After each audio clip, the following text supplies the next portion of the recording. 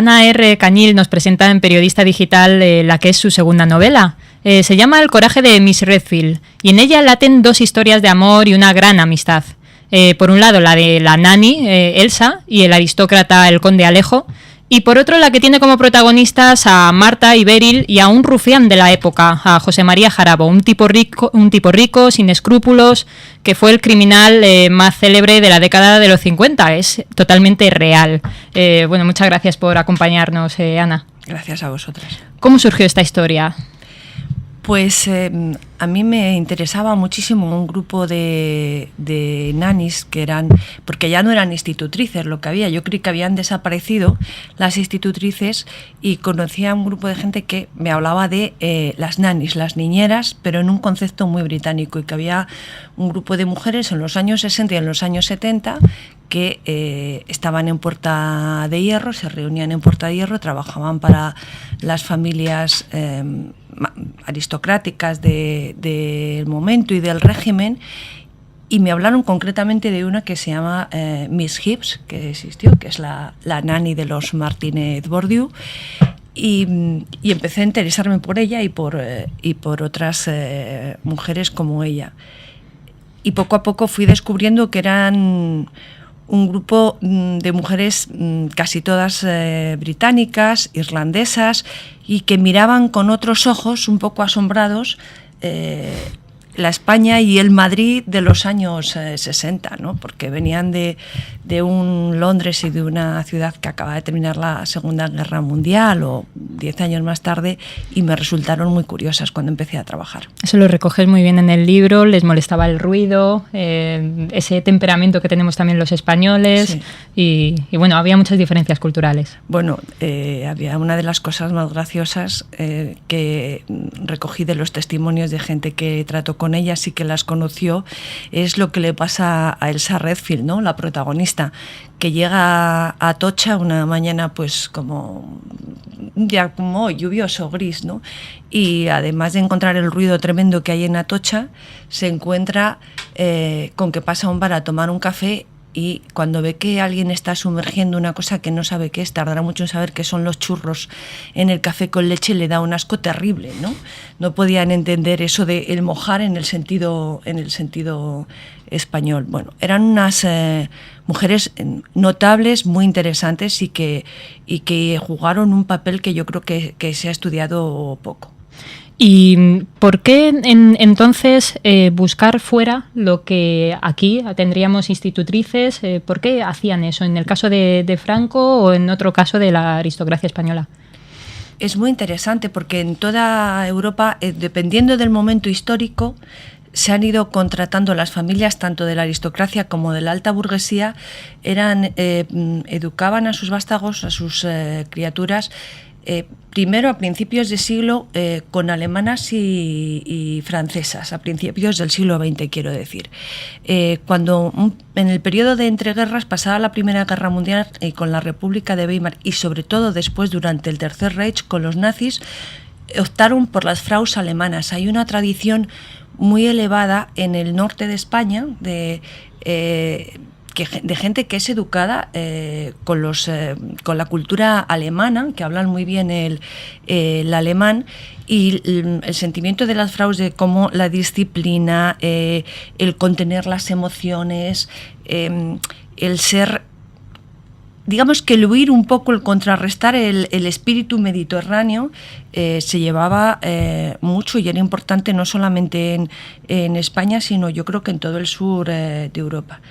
Y ocurre que cuando ya acaba la Segunda Guerra Mundial y pierden los alemanes, pues la oligarquía, el régimen español y los aristócratas españoles, tener entonces incluso una frau alemana, aunque no tuviera nada que ver, tener una señorita de sonrisas y lágrimas, una Mary, pues significaba sencillamente que podía ser sospechoso. Y entonces se produce ya el boom de la llegada de las institutrices inglesas, aunque hay familias que tuvieron siempre, sobre todo si son del sur, de Cádiz, de la nobleza, que tienen una tradición arraigada, que tenían que tenían institutrices o nannies inglesas. Y también se llevaron mucho las mademoiselles francesas, ¿no? Cuentas algo muy interesante, no sé si es en los agradecimientos. Explicas que cuando volvió Miss Hibbs, la nanny de los nietos de Franco, a España con Isabel II de Inglaterra, hubo gente que fue allí a conocerla a ella, tenía más interés en conocerla a ella que a Isabel II. Claro, porque Beryl Hibbs, Miss Hibbs, que es un personaje real, aunque no la historia exacta de ella, que crió a los Martínez Bourdieu y que la adoran. O sea, todos los nietos del dictador tienen una devoción por ella. Se murió en casa de ellos, casi centenaria, y cuando vino Isabel II a Madrid en los años 80, Beryl ya vivía con la madre de los Martínez Bourdieu, con doña Carmen, fuera del Pardo, naturalmente, y a la reina Isabel II la acogieron en el Palacio de Invitados de los Jefes de Estado en el Pardo. Invitó a la colonia, la reina invitó a la colonia británica en España, y allí fue Beryl Hibbs en su sillita de ruedas, porque ya era más que octogenaria, yo creo que tenía casi 90 años, y como todo el mundo en el Pardo, quedaban todos los porteros, el servicio, pues cuando vieron a Beryl, cuentan las crónicas y algún periodista amigo que me ha ayudado y tal, que había tanto interés en saludar a Beryl Hibbs o más, y en hacer cola ante Beryl Hibbs, que era una institución casi que ante la reina de Inglaterra, ¿no? Porque para ellos habían vivido con ella 30 y tantos años. Beryl llega en los años 60 y se muere aquí, en Madrid, en casa de los Martínez Bourdieu. Y Ana, has tenido cargos de responsabilidad en varios medios de comunicación muy importantes, redactora jefe del semanario El Siglo, directora de Informe Semanal, subdirectora del periódico digital soytu.es, luego en 5 días. ¿Qué labor periodística has realizado en este caso? ¿Cómo has tenido fácil la labor de investigación? Pues a los periodistas os daría mucha envidia, porque donde mejor me lo paso es en la investigación. Eso que no podemos hacer ahora en ningún sitio. La ventaja de hacernos un poquito mayores y hacernos autónomos, por eso en estos momentos además me encanta animar a los colegas, a todos vosotros, es que se puede hacer investigación también fuera de los medios. Entonces yo a cada uno de los libros le dedico, bueno, al primero muchísimo, a La mujer del maquis me costó 3 o 4 años porque era un libro muy duro, ¿no? Si a los 3 años no he vuelto, me costó un par de años. Y El coraje de Miss Redfield también, pero me lo he pasado también, o sea, entrevistas a gente, te vas a los archivos, te cierras en las bibliotecas, tienes tiempo para pasar las cintas, volverles a llamar, trabajar, ir a las fuentes. Es un placer, o sea, yo disfruto tanto en el trabajo de campo de investigación como luego escribiéndolo. Es más, sufro más escribiendo que en la investigación. Es apasionante, ¿no? En este caso tengo curiosidad por lo que te dijo Carmen Martínez Bourdieu sobre ella, sobre Hibbs. Bueno, Carmen adora a Beryl Hibbs, y eso que cuando Beryl llega a casa de los Martínez Bourdieu, Carmen ya tiene 12 o 13 años, o sea, ya no es... Y me contaba que, bueno, para ellos, para todos ellos, tanto para los Alba como para los Marc, para los Martínez Bourdieu, realmente las nannies y las institutrices, más bien las nannies, porque ya no se llamaban las institutrices, hacían el trabajo de padres y madres, ¿no?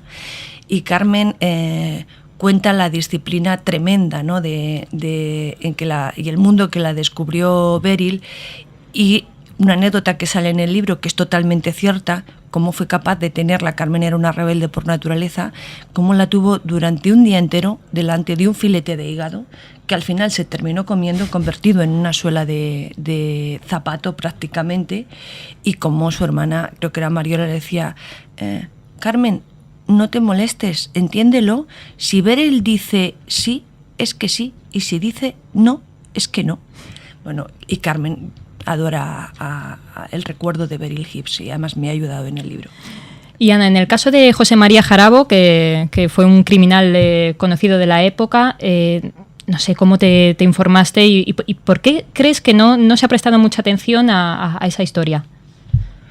No, perdóname, yo creo que no hemos prestado mucha atención los que tenéis de 35 para atrás. Uh-huh. Para los que superan los 50 o los 55, el crimen de Jarabo fue un bombazo en la época, ¿no? Y lo tenía todo, absolutamente todo.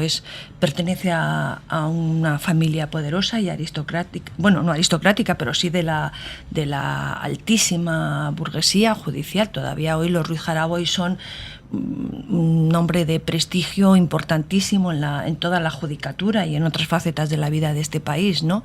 Y Jarabo era el dandy que venía hijo de una de estas familias. Su madre se fue a Puerto Rico, llega a España al principio de los 50 y es un señor guapísimo, con un montón de dinero que le ha mandado su madre, trae antecedentes penales de Puerto Rico, de Estados Unidos, pero aquí no se sabe, le gusta la buena vida, vestía como un rey de la época, parecía un Valentino, las fotos así lo demuestran.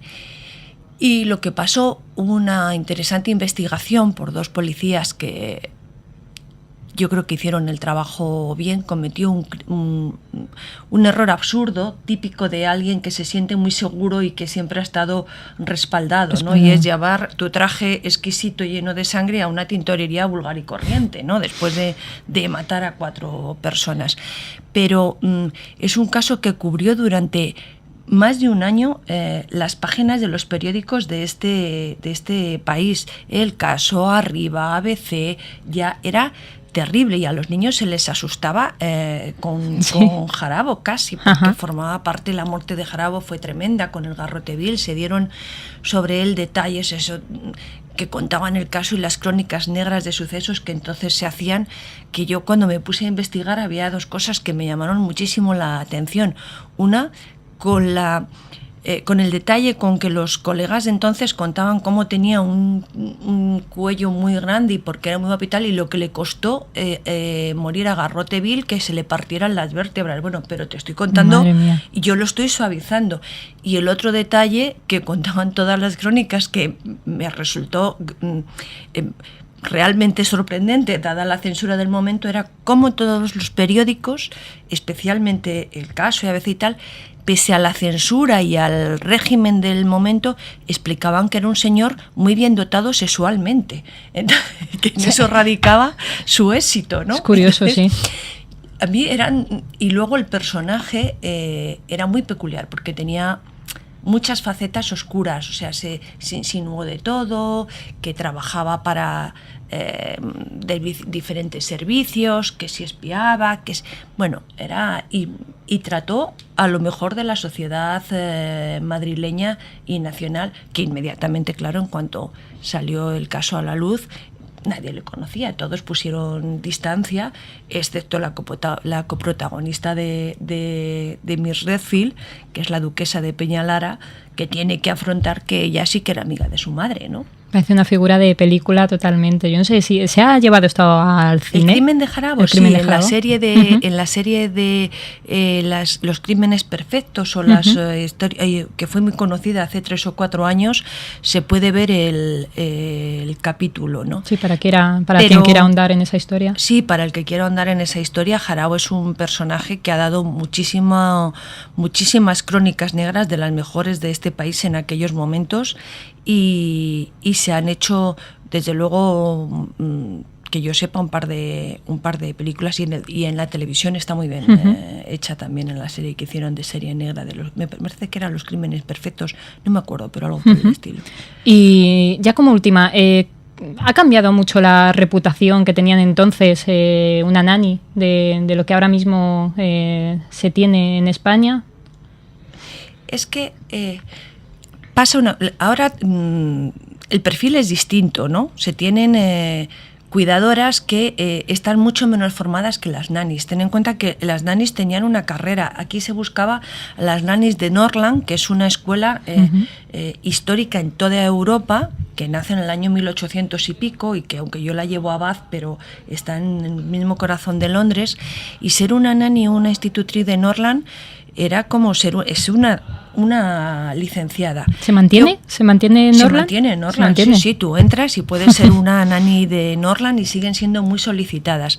Y aunque en Europa y en Centro Europa y en el sur han cambiado ese perfil, pero se vuelven a llevar muchísimo las nannies y las institutrices, ¿sabes por quién?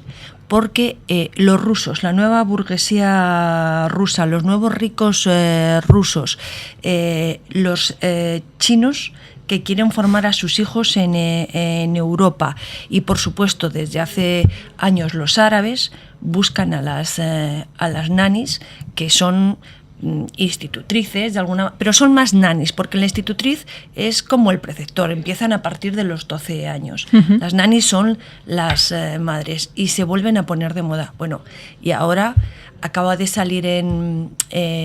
estrenarse esta semana y está en Inglaterra una serie que es llamada La Comadrona, que es prácticamente la historia muy parecida a lo que significaban estas nannies, que la serie arrasa en Inglaterra y transcurre justo en el Londres de la posguerra, muy parecido un poco a la época que viven Beryl Hibs y Elsa Redfield, ¿no? Cuando salen de Jersey. Y sí ha cambiado el perfil, pero hay familias que siguen teniendo nannies en este país, sí, y cumplen un papel muy interesante. Bueno, pues Ana, pues te agradecemos muchísimo que hayas estado aquí, te deseamos mucha suerte y nada, recomendamos a nuestros lectores, en este caso espectadores, que lean El coraje de Miss Redfield. Muchas gracias. Muchísimas gracias a vosotras.